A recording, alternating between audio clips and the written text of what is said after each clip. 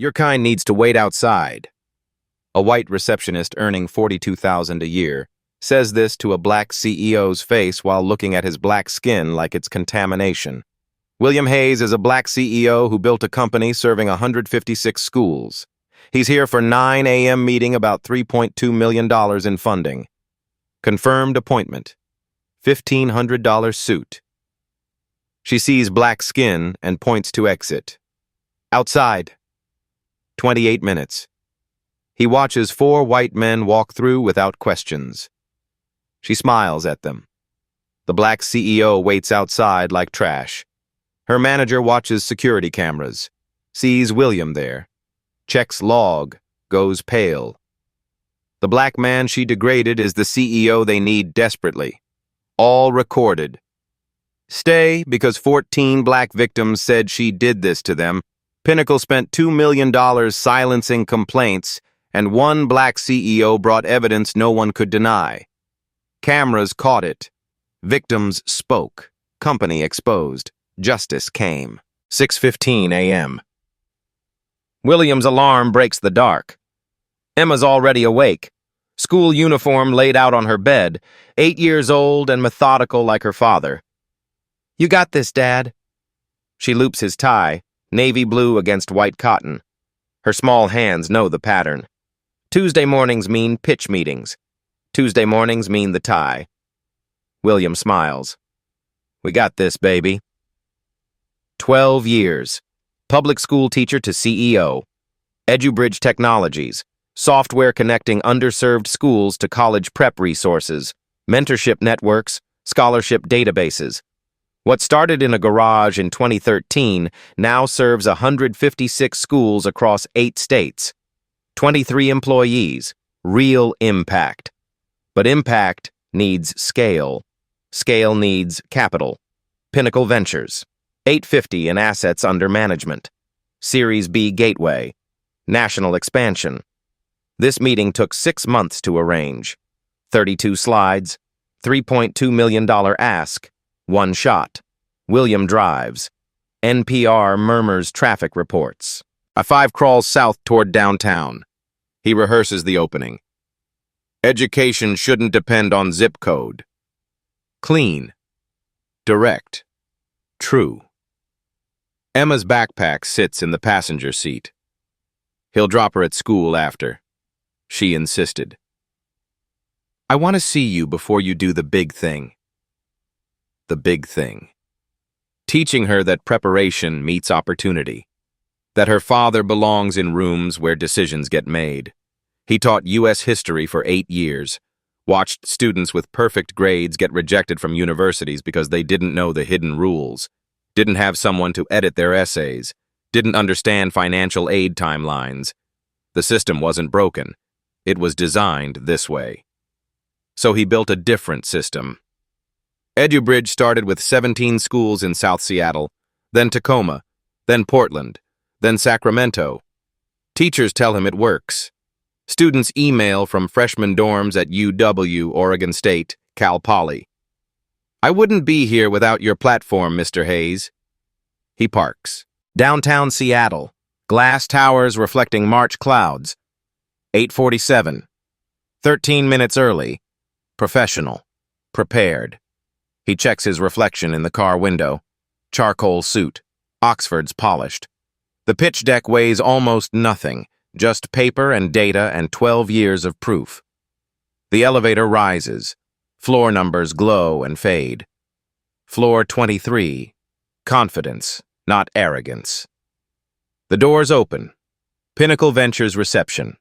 Marble floors, white walls, floor-to-ceiling glass overlooking Elliott Bay. Morning light cuts sharp through the windows. Coffee scent from somewhere. The low hum of HVAC. Professional space. Power space. Stephanie Harris sits behind the reception desk. 20-something. Neat blazer. Computer screen casting blue light on her face. William approaches. "Good morning.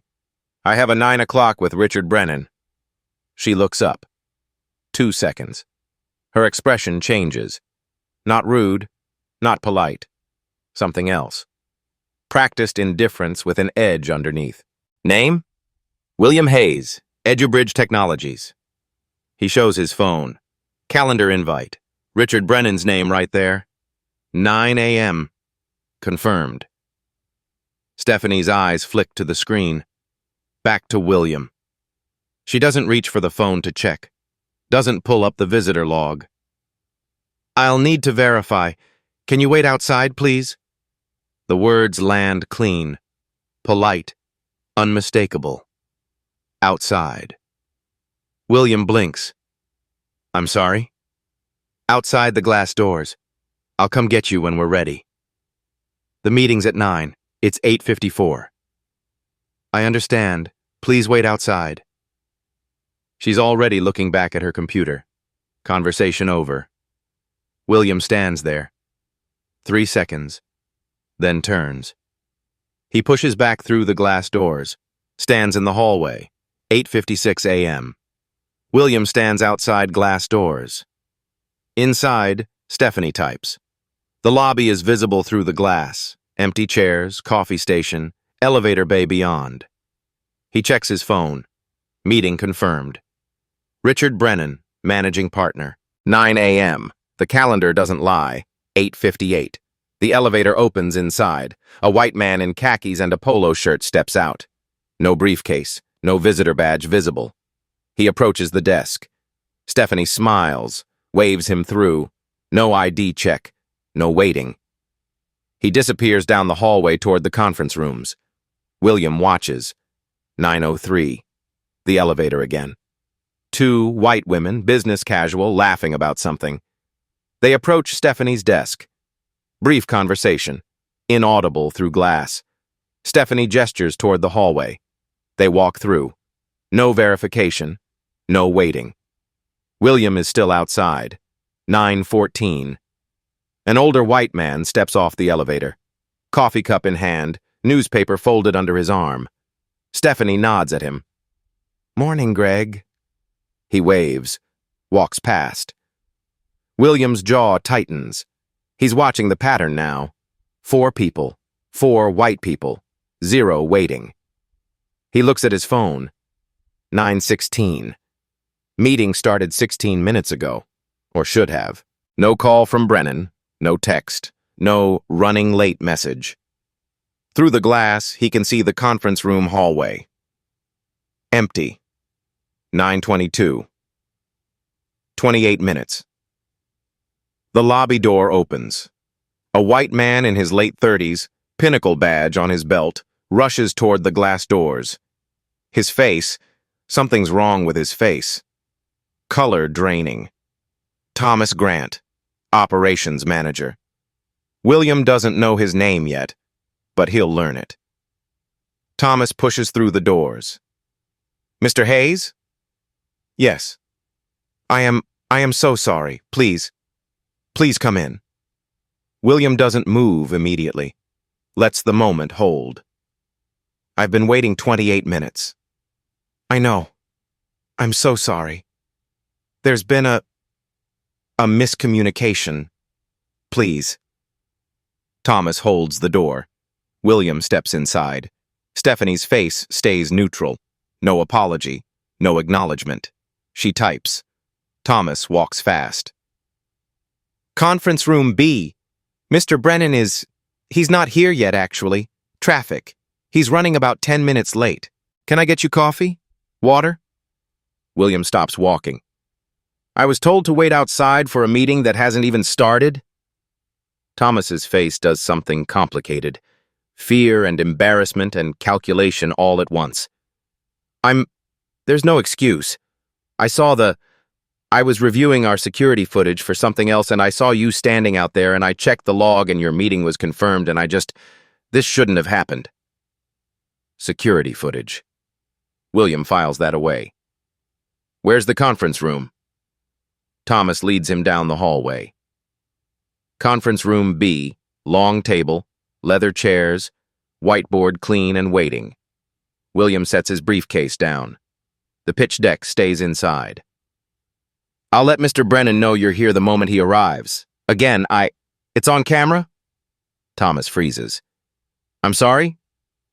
You said you saw me on security footage. It's recorded? Me standing outside for 28 minutes while other people walked right past? Thomas's face confirms it before his mouth does. Yes. Our lobby cameras are... Yes. Good. Thomas leaves. William sits. The chair is expensive. The view through the window shows Elliott Bay, ferries cutting white lines through gray water. He opens his phone, thinks about the calendar invite, the confirmed meeting, the 4 people who walked through while he stood outside. Always walk in like you belong, he tells Emma every Tuesday morning. But what happens when they don't let you in? What happens when belonging isn't about preparation or credentials or 12 years of work? It's about something you can't change. William opens LinkedIn. Thinks about the camera. Thinks about Thomas Grant's face draining color when he realized. They knew. Someone inside knew this was on tape. The door opens. Richard Brennan walks in. Silver hair, expensive suit, hand already extended for a shake. William, so sorry I'm late. Traffic was... William stands, takes the hand, shakes it, but something's already shifted. The meeting happens. The pitch happens.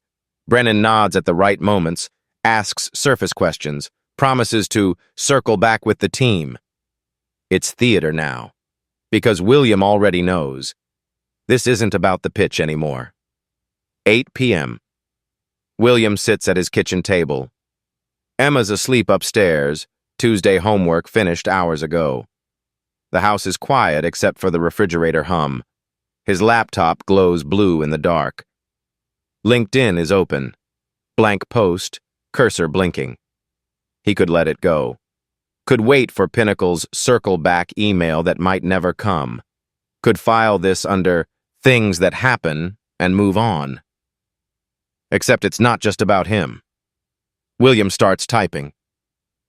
This morning I arrived 13 minutes early for a pitch meeting at Pinnacle Ventures. I was told to wait outside. I watched through glass doors as 4 white visitors entered without question. I waited 28 minutes. I'm the CEO they invited. I'm the CEO they asked to wait outside. This isn't about one receptionist. This is about who gets assumed to belong, about who has to prove they're supposed to be in the room, about credibility being measured by skin before credentials. I've spent 12 years building EduBridge technologies from a garage to a platform serving 156 schools. My company was invited to pitch for Series B funding, but I wasn't invited into the lobby. I'm not sharing this for sympathy. I'm sharing this because I have a platform to speak. How many others were told to wait outside and didn't have that? This isn't isolated. This is a pattern, and patterns need light.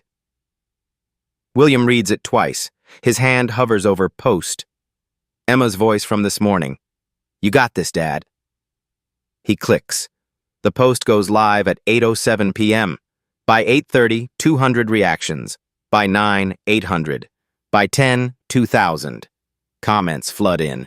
This happened to me at a law firm interview. I'm a partner there now. But I remember. I'm a Pinnacle employee. This is true, and it's not the first time. Unacceptable.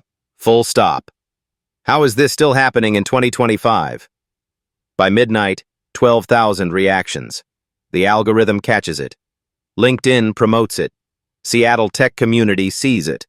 Then national. William's phone buzzes constantly.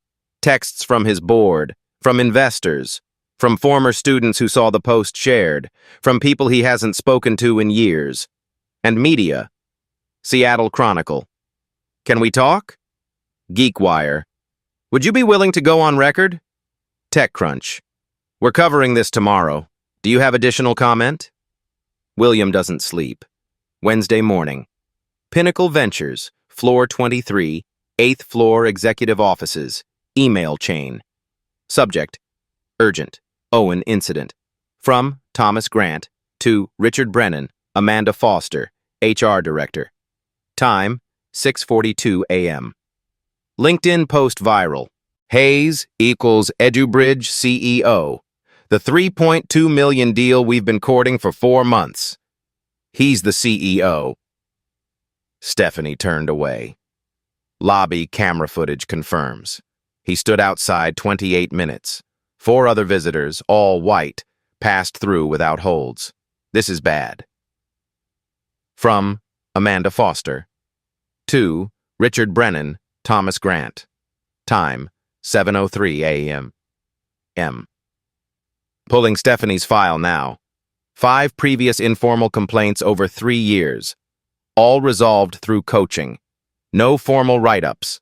Why weren't these escalated? From Richard Brennan. To Amanda Foster, Thomas Grant. Legal time, 7:18 a.m. Conference call, 8 a.m. PR firm on standby. We need 3 statements drafted by noon. Internal, external, media. Do not use the word discrimination. Frame as miscommunication and process failure. Emphasize our commitment to diversity without admitting fault. Amanda, dig into Hayes. Any complaints at his company? Anything we can use to muddy this? From Thomas Grant. To Richard Brennan. Time, 7:31 a.m. Richard, with respect, he has the receipts, calendar invite, timestamp, camera footage, witnesses. We refused entry to a CEO we were actively recruiting. The optics are what they are. From Richard Brennan. To Thomas Grant. Time, 7:35 a.m. Optics are manageable. Get me the PR draft by 10. By Wednesday noon, Pinnacle has drafted 3 statements. None mention William's name. None say discrimination. The external statement reads, "We are reviewing our visitor protocols to ensure all guests receive consistent professional service." Consistent. Professional. Service. The words do nothing, because by Wednesday afternoon, the Seattle Chronicle publishes a breaking news alert. Black CEO details discrimination at Seattle VC firm. And Jennifer Collins, investigative reporter, sends William a direct message on LinkedIn. "I've been covering workplace discrimination for 6 years. I want to investigate this properly. Are you willing to go deeper? Because if this happened to you, it happened to others. And I can find them." William reads the message 3 times. Going deeper means more exposure. Means Emma hearing about it at school. Means investors asking questions. Means turning a bad morning into a public campaign. But Jennifer's right. If this happened to him, a CEO with resources, with a platform, with 12 years of credibility behind his name, what happened to people with less armor? He types back, "Let's talk." By Wednesday evening, Pinnacle's damage control is failing. The LinkedIn post has 18,000 reactions. Local news picks it up. National outlets call. The story spreads because it's specific enough to be real and universal enough to resonate.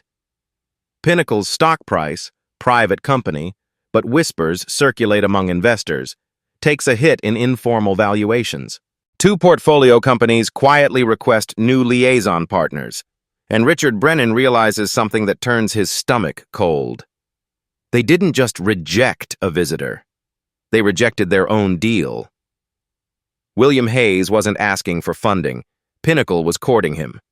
They needed EduBridge's growth metrics and social impact story for their diversity portfolio. And they made him wait outside. Thursday morning, Richard Brennan doesn't call William. He calls William's lawyer. The conversation lasts 4 minutes. Professional, careful, every word measured. "We'd like to reschedule the pitch meeting. Find a time that works for Mr. Hayes. We're committed to moving this partnership forward." William's lawyer, Sarah Chen, calls him immediately. They want to salvage it. Brennan himself called. That's unusual. "What did you tell him?" "That I'd relay the message. What do you want to do?"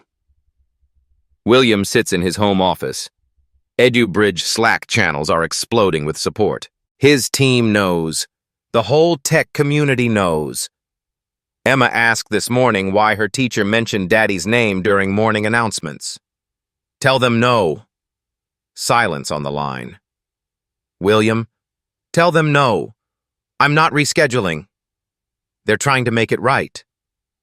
Sarah, they didn't make a mistake. They revealed who they are. I don't do business with institutions that don't see me. You're walking away from 3.2 million. I'm walking away from people who made me stand outside for 28 minutes while they decided if I belonged. Money doesn't fix that. Sarah exhales. Okay, I'll draft the email. You want to review it first? No, just make it clear. We're done. The email goes out at 11 a.m.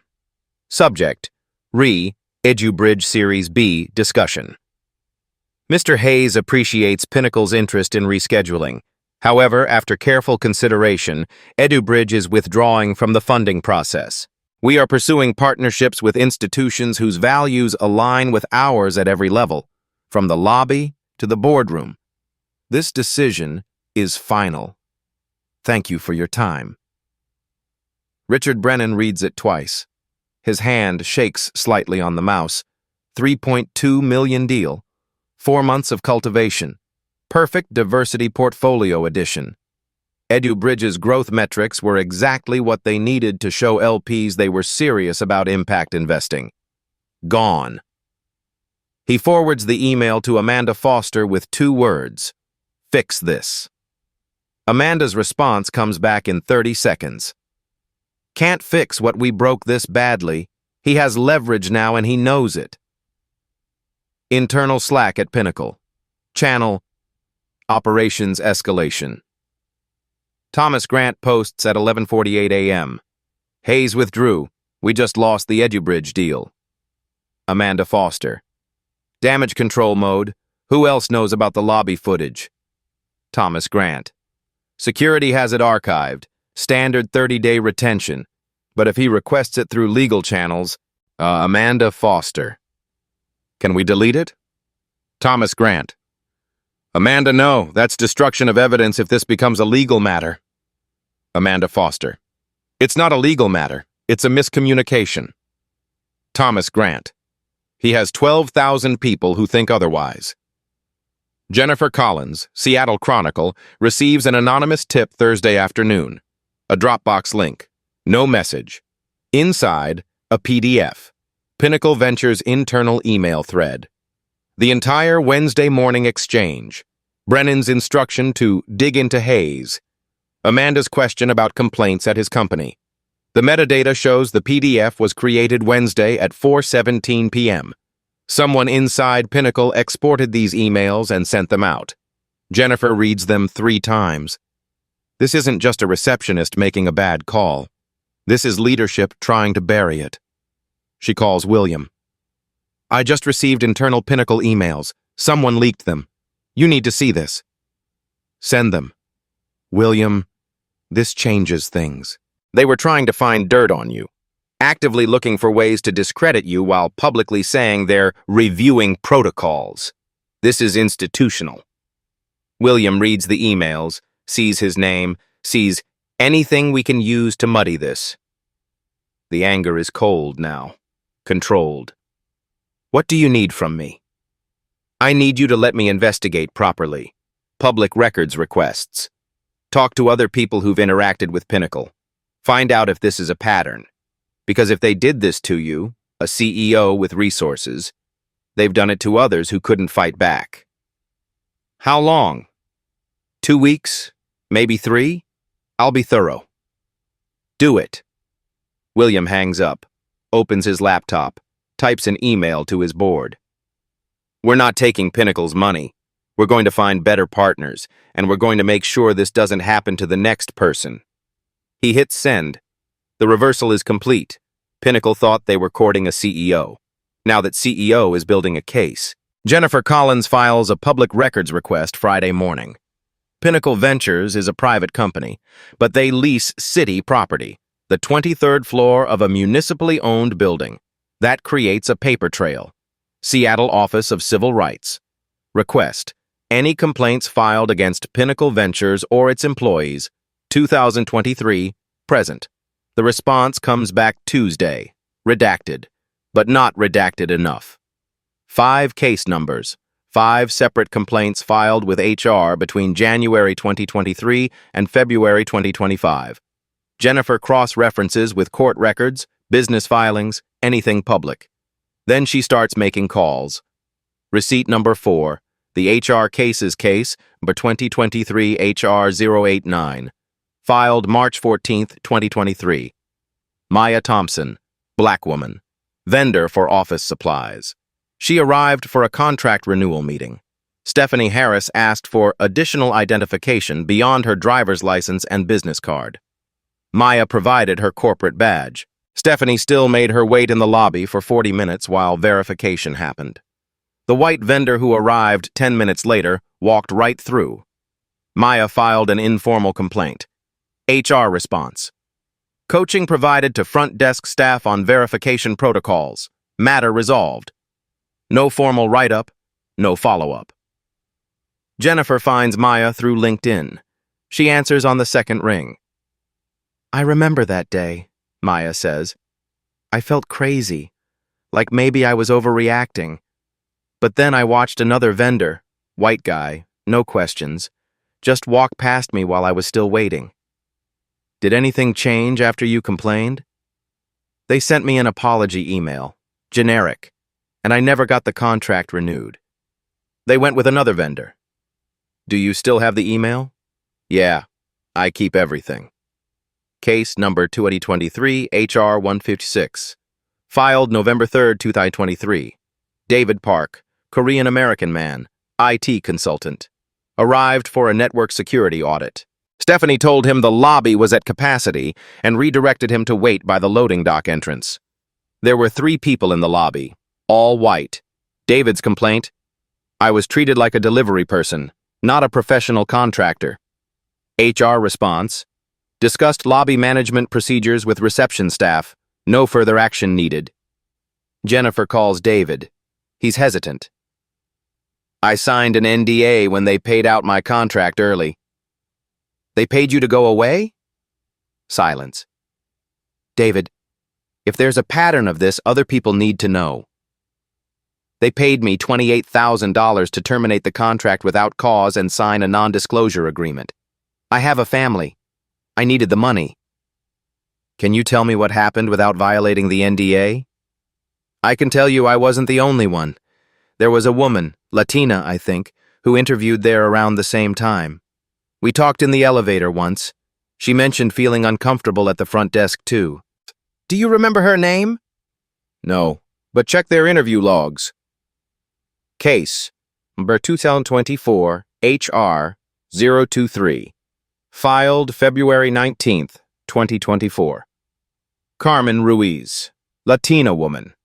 Interviewed for a junior analyst position. Stephanie asked her to wait in the hallway because the waiting area was being cleaned. Carmen waited 25 minutes. No cleaning crew ever appeared. 2 white candidates who arrived later were seated in the waiting area immediately. Carmen filed a complaint after she didn't get the job. HR response: interview decisions are confidential, reception protocols reviewed. Jennifer finds Carmen working at a competing VC firm. She agrees to talk off the record. I knew I wasn't getting that job the moment Stephanie made me stand in the hallway, Carmen says. It wasn't about my resume. It was about her deciding I didn't look right. Did you consider legal action? With what money? I was 24. I just wanted to move on. Case number 2024 HR 091. Filed August 7th, 2024, Ahmed Hassan. Ahmed, Middle Eastern man, born in Seattle. Partner at a law firm. Arrived for a meeting about Pinnacle's compliance review. Stephanie called building security just in case. The security guard arrived, asked Ahmed for ID, verified his purpose. The meeting he came for had started without him. Ahmed's complaint was filed directly with Pinnacle's CEO office. HR response: security protocols are designed to protect all building occupants. Reception staff followed standard procedures. Jennifer tracks Ahmed down through the Washington State Bar Association. Standard procedures? Ahmed's voice is tight. I'm a partner at Morrison & Wells. I've been practicing law for 15 years. She saw my name, Ahmed Hassan, and decided I was a threat. Did you pursue it further? My firm advised me to let it go. Bad for client relations. So I swallowed it. Are you willing to go on record now? Pause. If it helps stop this? Yes. Case number 2024 HR 134. Filed December 2nd, 2024. Marcus Williams. Marcus. Black man. Delivery driver for a medical supply company. Brought a package to Pinnacle's office. Stephanie refused him access to the building bathroom. Told him to use facilities elsewhere. He had to walk 3 blocks to a Starbucks. When he returned with the bathroom key code from the building manager, Stephanie claimed she didn't know the policy. Marcus's complaint: I was treated with disrespect because of my race. HR response: employee reminded of building amenity policies, no disciplinary action required. Jennifer finds Marcus still working delivery routes. Yeah, I remember. I've been doing this job 12 years, never been denied a bathroom before. But that's what happens, right? You're black, wearing a uniform, and suddenly you're not human enough to pee in their building. 5 complaints. Same person. Same pattern. Marcus laughs, bitter. And she still works there, right? As of last week, yes. And receipt number 5. Camera footage montage. Jennifer files a court petition, public interest, workplace discrimination investigation. Judge grants limited access to Pinnacle's lobby security footage. The footage arrives on an encrypted hard drive. Jennifer watches 8 incidents over 26 months. December 2023. Black woman asked to show ID 3 times. White man behind her waved through. March 2024. Asian man told to wait outside. Building manager brings him in 15 minutes later, visibly confused. June 2024. Latina woman asked if she's sure she has the right building. She works there. She's a Pinnacle employee in accounting. September 2024. Middle Eastern man stopped at desk. Stephanie picks up phone, presumably calling security. He shows his business card. He's a portfolio company CEO coming for a quarterly review. November 2024. Black man in a suit. Stephanie asks if he's here for a delivery. He's a guest speaker for Pinnacle's internal diversity training event. Every incident. Stephanie Harris visible. Every incident. People of color questioned, delayed, doubted. White visitors pass through seamlessly. The metadata timestamps match 4 of the 5 HR case numbers. This isn't unconscious bias. This is a documented pattern. Receipt number 6, Slack messages. The same anonymous source sends Jennifer another file. Screenshots. Pinnacle's internal Slack workspace. Channel -- operations escalation. August 2024. After Ahmed Hassan's security complaint. Amanda Foster. Another one. Just settle quietly if he escalates. PR can't handle another incident before our LP meeting. Richard Brennan, COO. Agreed. What's the dollar figure? Amanda Foster. Standard. $30K plus NDA. November 2024, after Marcus Williams's bathroom complaint. Amanda Foster. This is the 5th this year. When do we actually address the root cause? Thomas Grant. You want me to fire Stephanie? Amanda Foster. I want you to document properly so we can fire her if needed. Right now we have coaching notes and no formal write-ups. If this goes legal, we're exposed. Thomas Grant. Noted. I'll start a file. Amanda Foster. Too late for that now. Just keep her away from high-profile visitors. Receipt number 7. The NDAs. Jennifer cross-references the names. 3 of the 5 HR complainants received early contract terminations or severance packages. David Park, $28,000. Contract terminated without cause. NDA signed November 2023. Carmen Ruiz, $35,000. Settlement for interview experience concerns. NDA signed March 2024. Ahmed Hassan's law firm, $32,000 paid to Morrison & Wells as consulting fee reconciliation. NDA signed September 2024.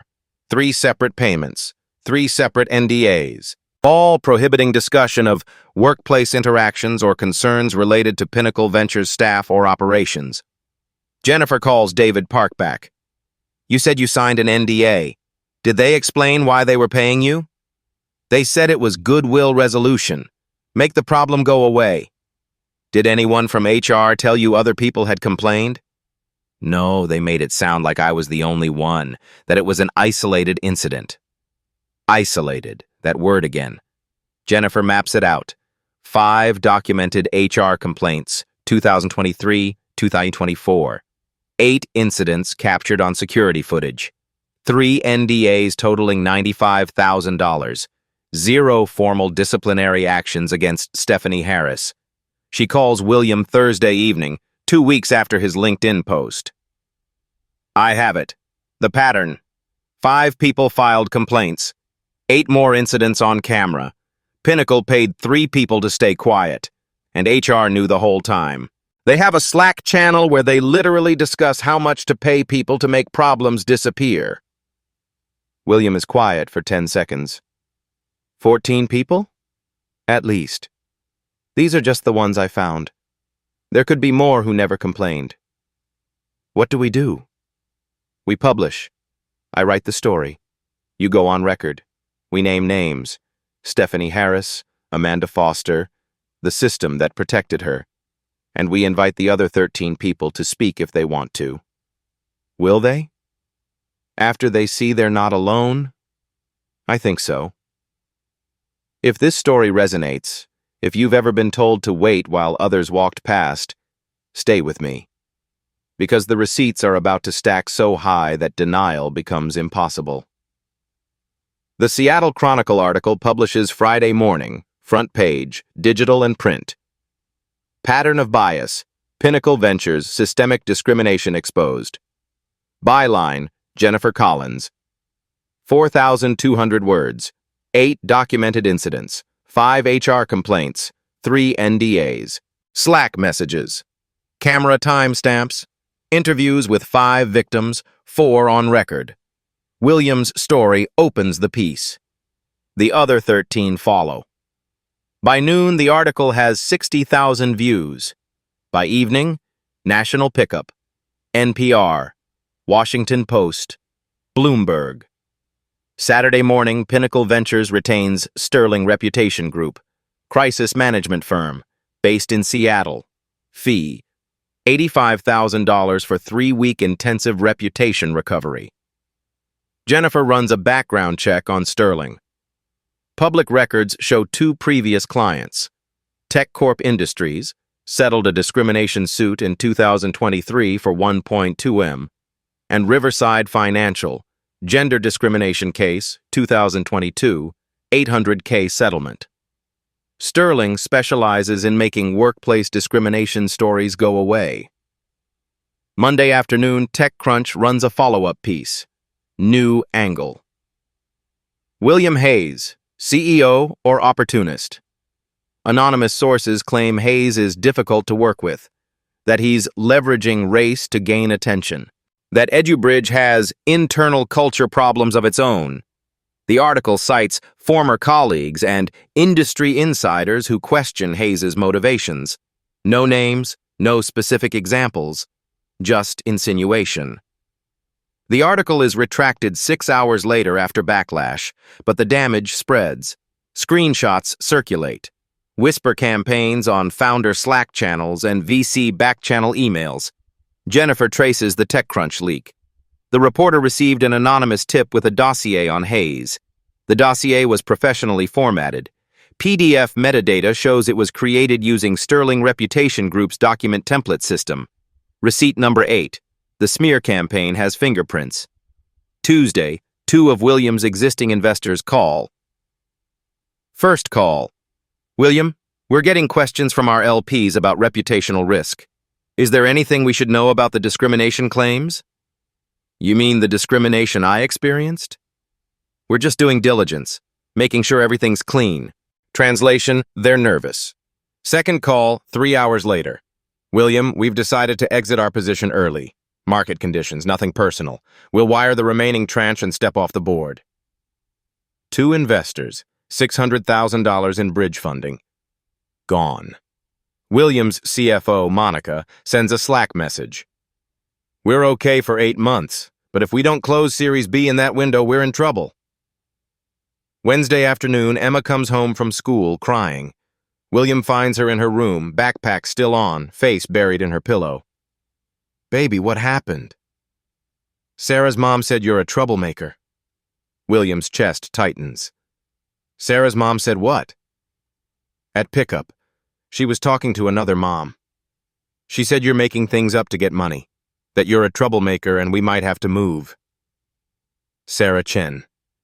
Same last name as William's lawyer, but no relation. Sarah Chen's mother works in finance.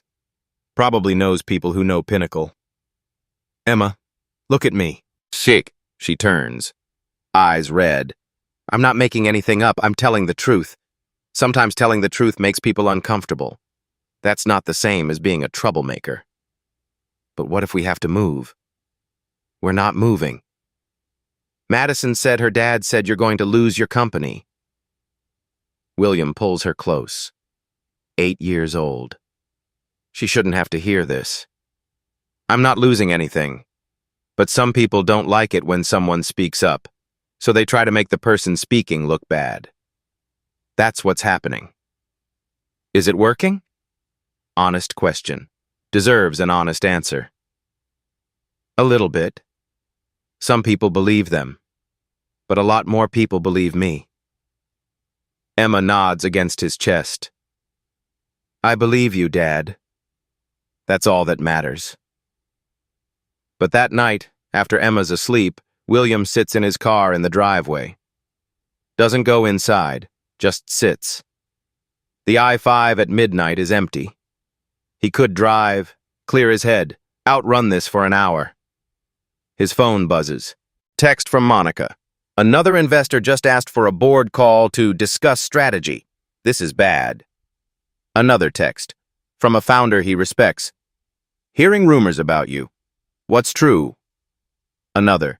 From a former student, now at Stanford. Mr. Hayes, someone in my entrepreneurship class said you faked a discrimination story. I defended you, but I wanted to ask. The smear is working. William closes his eyes, thinks about Emma's question. Are we moving? He could stop. Could take a settlement. Pinnacle would pay. 6 figures, probably, plus an NDA that makes this disappear. He could tell Emma it's over. Could tell his team it's time to move forward. 47 emails sit in his inbox from the past week, all starting the same way. Thank you for speaking up. I was victim number 4. Seeing your story made me realize I'm not crazy. My daughter went through this at her law firm. She stayed quiet because she was afraid. You're giving people permission to talk. If he stops, they lose twice. Once when Pinnacle shut the door, twice when he closed it himself. William opens his phone. Texts Jennifer. How's the investigation going? Her response comes fast. Getting bigger. Found 9 more incidents. And I think I found someone on the inside willing to talk. He types back. Keep going. Pinnacle's public statement, issued Wednesday evening. We take all workplace concerns seriously and are conducting a thorough internal review. We cannot comment on individual personnel matters or active HR investigations. However, we firmly deny any systemic issues and are confident our policies reflect our commitment to diversity, equity, and inclusion. 53 words. Says everything and nothing. William reads it once. Diversity, equity, and inclusion. The words companies use when they don't want to say discrimination. Thursday night. William drives. No destination. Just I-5 south, then north, then south again. Rain starts. Soft at first, then steady. Windshield wipers beat rhythm. Radio off. Just rain and road and the weight of everything. Emma's question loops. Are we moving? He doesn't know anymore. The investor calls. The whisper campaigns. The parent at school pickup calling him a troublemaker. His daughter crying into her pillow because someone's mother decided 8-year-olds should carry their parents' reputations. This was supposed to be about a meeting, about 28 minutes in a lobby, about making sure it didn't happen again. Now it's about his company's survival, his daughter's peace, his own sanity. William pulls off at a rest stop, sits, engine running, heat on, rain drums the roof. His phone glows. 47 unread emails. He opens them. I'm victim number 6. I never reported it because I didn't think anyone would care. Thank you for caring. My son was told to use the service elevator at his internship. He's in college now, but he still talks about it. Your story matters. I was fired after I complained about treatment at my office. Seeing you fight makes me think maybe I should have fought too. Thank you for not being quiet. 47 people, 47 stories that sound like his, some worse, some with no resolution at all. William's hands shake on the steering wheel. His phone rings. Michael Sanders, his mentor from teaching days, the man who told him to dream bigger than a classroom. Will. Mike. You still teaching? William almost laughs. What? You still teaching? Because that's what you're doing. You left the classroom because you wanted to change systems, not just help one student at a time. This is that. This is the curriculum. Mike, I'm about to lose my company. Maybe. Or maybe you're teaching the biggest lesson you've ever taught. Which is? That speaking up costs something, but silence costs more. You teach by doing, Will. Those 47 people in your inbox? They're learning they don't have to be quiet. Your daughter? She's learning her father finishes what he starts. William wipes his face. Didn't realize he was crying. What if I can't finish this? You finish it by not stopping, that's all. You don't have to win. You just have to not stop. They sit in silence for a moment. Rain on metal. Breathing. I'm tired, Mike. I know, but you're not done. They hang up. William sits in the rest stop for 20 more minutes, reads all 47 emails, every single one. Victim number 4.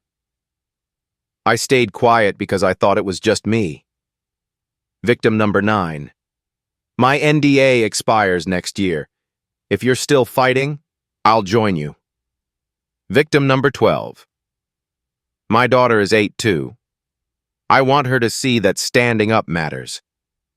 William thinks about Emma, about the tie she helps him knot every Tuesday morning, about, you got this, Dad.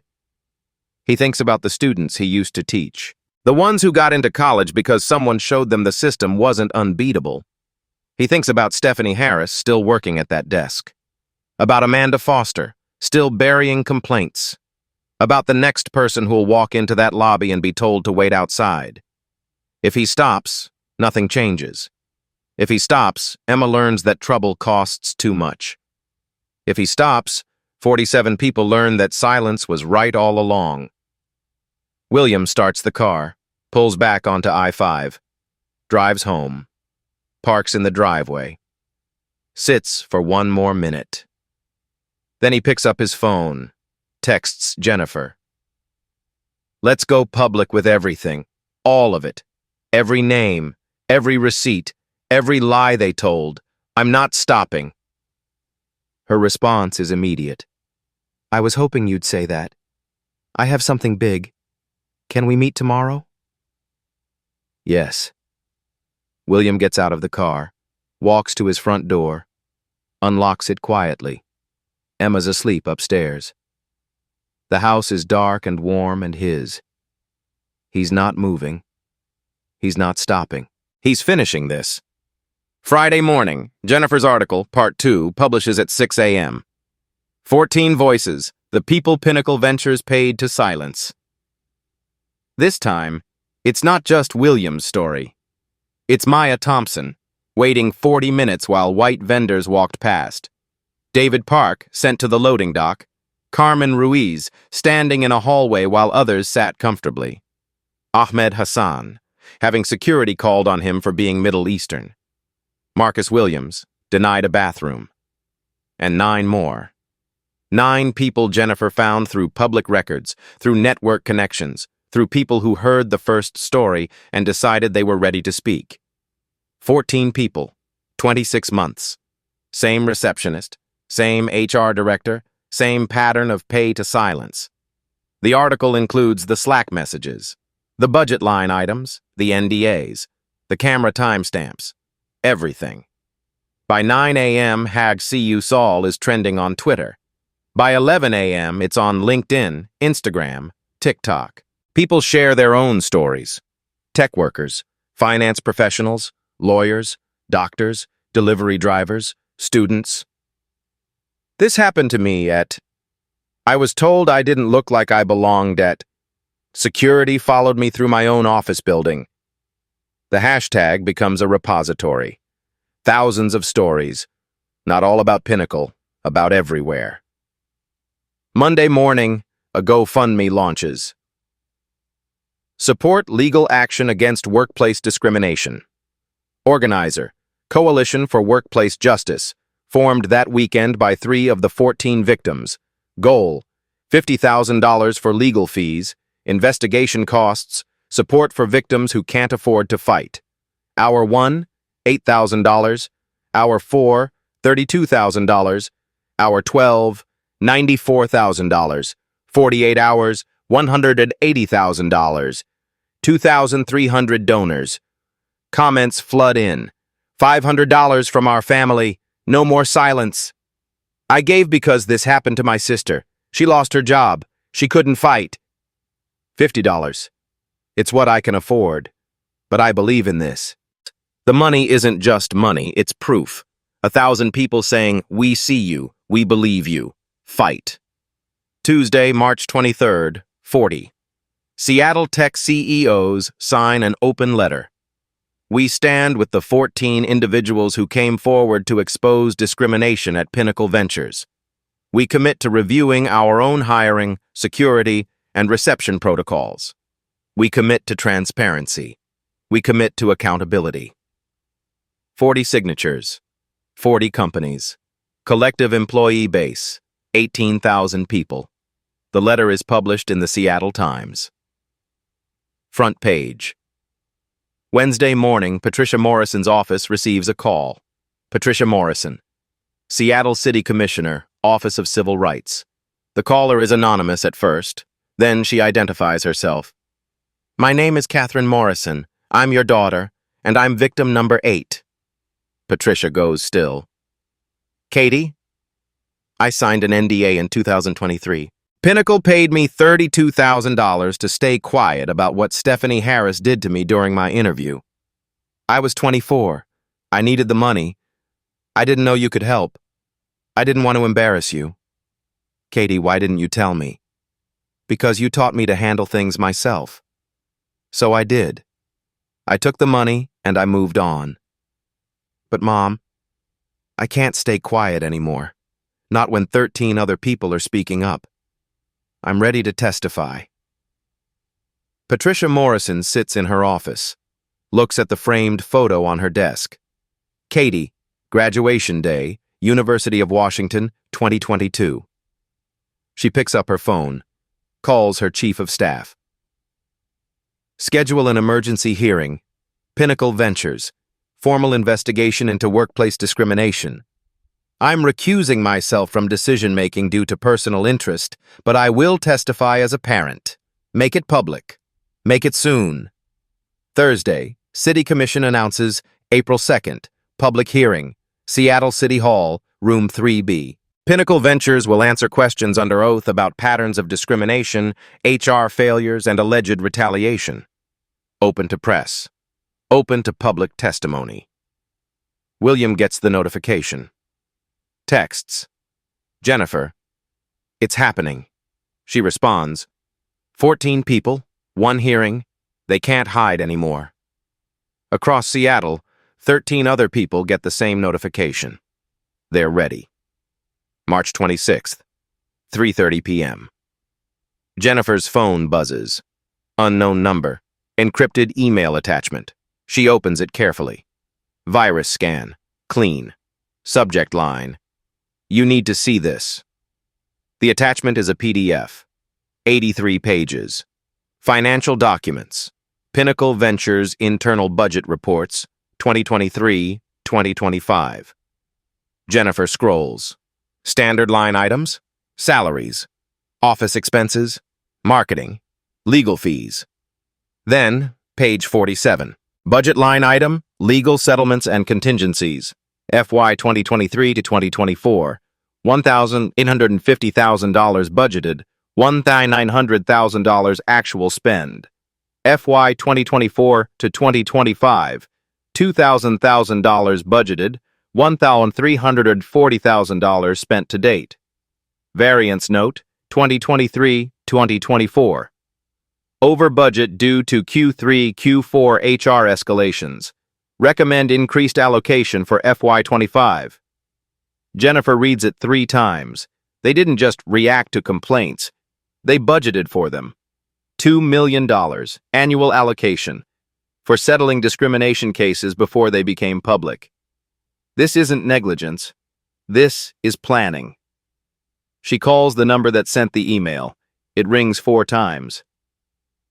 Hello? A woman's voice. Young. Nervous.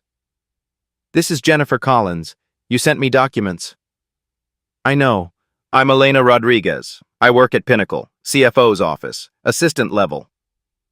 Why are you sending me this? Silence for 5 seconds. Because I've been processing these payments for 2 years. Every time HR escalates a case, my boss tells me to prepare a severance package. Without cause. Every time. And when I asked why we budget $2 million for legal settlements when we're a venture capital firm that shouldn't have that many legal issues, he told me to stop asking questions. How many cases have you processed? I don't know the total. I've personally done 11 payments in the past 18 months. Amounts between $25,000 and $50,000, all with NDAs, all marked HR resolution. But Jennifer, if we're budgeting $2 million a year, and we've been doing this for at least 2 years, Jennifer does the math. 2 million divided by average 35,000 per settlement. 57 cases, minimum. Elena, you're risking your job sending me this. I know. I have a daughter. She's 10. I watched her come home from school last week asking why people are mean to other people just because they look different. And I realized I'm helping a company that does that. I'm processing the payments that buy silence. This is huge. This changes everything. I know, that's why I'm sending it. But Jennifer, there's more. More? The budget documents reference a board memo from August 2024. Risk management discussion. I don't have access to board minutes, but if you can get them through legal channels, I think you'll find something. What? I overheard a conversation. My boss and Amanda Foster, after the Ahmed Hassan complaint. Amanda said, "We need to increase the settlement budget. This is a pattern now. We need to account for it structurally." Account for it structurally. Not fix it. Not address the root cause. Not fire Stephanie Harris or change protocols. Account for it. Budget for it. Systemize the cover-up. Jennifer cross-references the budget documents with the 14 known cases. Known settlements from her investigation, $95,000 total. 3 NDAs. But the actual spend in 2023-2024, $1,900,000. That means $1,805,000 in other settlements. At an average of $35,000 per case, that's 51 more people. 51 people who were paid to stay quiet. 51 people whose stories never got told. William's case wasn't an outlier. It was one of dozens. Jennifer works through the night, cross-references public records, looks for any paper trail, finds 3 more names through business registration filings, people who left Pinnacle or terminated contracts in 2023-2024. She reaches 2 of them. Both signed NDAs. Both received payments. Both thought they were the only one. They told me it was a one-time thing, one says. That Stephanie had a bad day. that it would never happen again. Then they paid me $40,000 and I signed. Friday morning. Jennifer sends William a message. I have the smoking gun. Pinnacle has a $2 million annual budget for discrimination settlements. They've been planning this. They knew. And they did it anyway. William reads it sitting at his kitchen table. Emma's at school.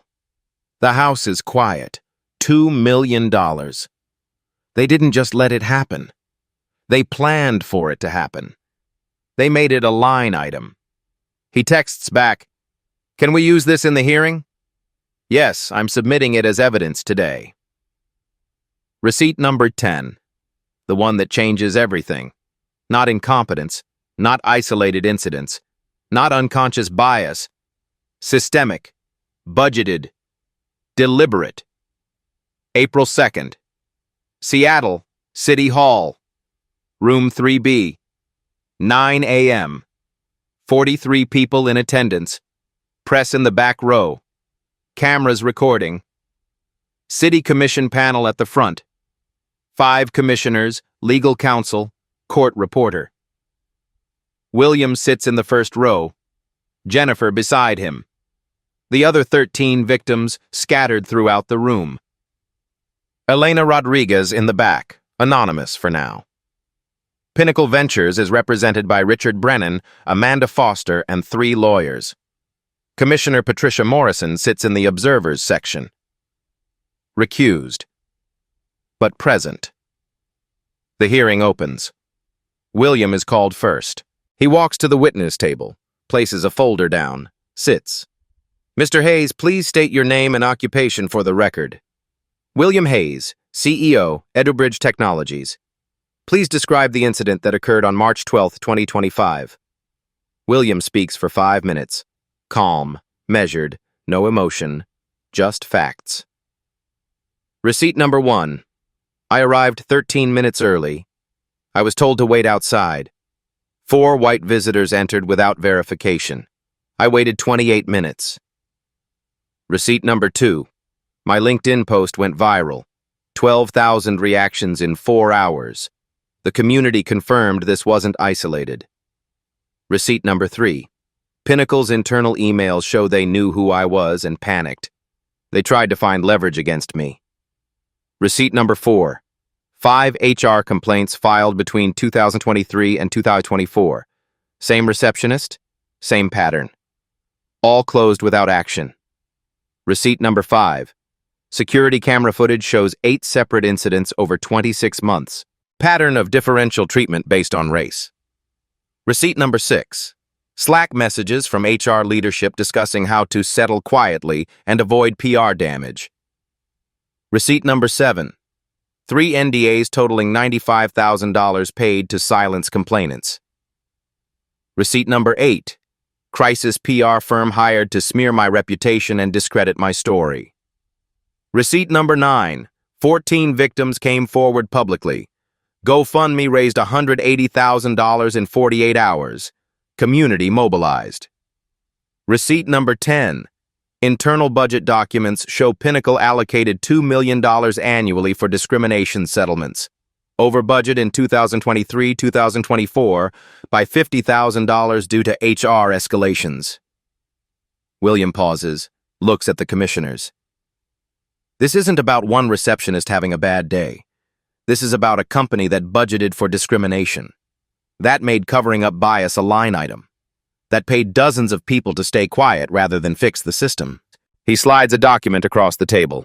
The budget report, highlighted. 14 of us spoke up, but these budget numbers suggest 51 others were paid to disappear, 51 people whose dignity was worth $35,000 and an NDA. Silence in the room. Richard Brennan takes the stand. Mr. Brennan, were you aware of the HR complaints filed against Stephanie Harris? I don't recall being briefed on specific individual cases. You don't recall 5 complaints in 2 years? HR handles personnel matters at the departmental level. Did you approve the settlements paid to complainants? I don't recall approving specific settlement amounts. Mr. Brennan, You're the CEO. You don't recall approving nearly $2 million in annual legal settlements? That falls under our general legal contingency budget. $2 million is general? Pause. I have many responsibilities. I don't micromanage every budget line. Did you authorize your PR firm to investigate Mr. Hayes' background? I authorized reputation management services, including attempts to find negative information about a discrimination complainant? We were conducting due diligence. You call smearing a victim due diligence? Brennan's lawyer interjects. Commissioner, my client has answered the question. 7 questions. 7 variations of, I don't recall. The commissioners exchange glances. The hearing lasts 4 hours. Testimony from William, Maya Thompson, Ahmed Hassan, David Park, Catherine Morrison. Catherine's testimony breaks Patricia Morrison visibly. Her daughter describing how she took $32,000 and signed away her voice because she was 24 and scared. Elena Rodriguez testifies anonymously via written statement. The budget documents are entered into evidence. At 2 p.m., the commission votes. Formal investigation into Pinnacle Ventures, independent audit of HR practices. Mandatory reporting to the City Office of Civil Rights for 2 years. Findings to be made public. Unanimous. William walks out of City Hall. Reporters swarm. He stops. Speaks 6 words. Transparency is the price of trust. Then walks away. 3 weeks later, settlement announced. Press release from Pinnacle Ventures. Stephanie Harris, terminated for cause. Amanda Foster, resigned, effective immediately. Richard Brennan, stepping down to spend time with family. Pinnacle Ventures agrees to $2.3 million settlement fund for all 14 complainants, plus future claims. Independent DEI audit, 6 months, results public. Mandatory anti-bias training, all staff, quarterly. Public diversity reporting, transparent metrics, updated quarterly. City oversight, 2 years minimum. Williams Company closes Series B, $4.1 million. 3 new investors who reached out after the hearing. Better terms than Pinnacle offered. EduBridge expands. 23 employees to 35. 156 schools to 220.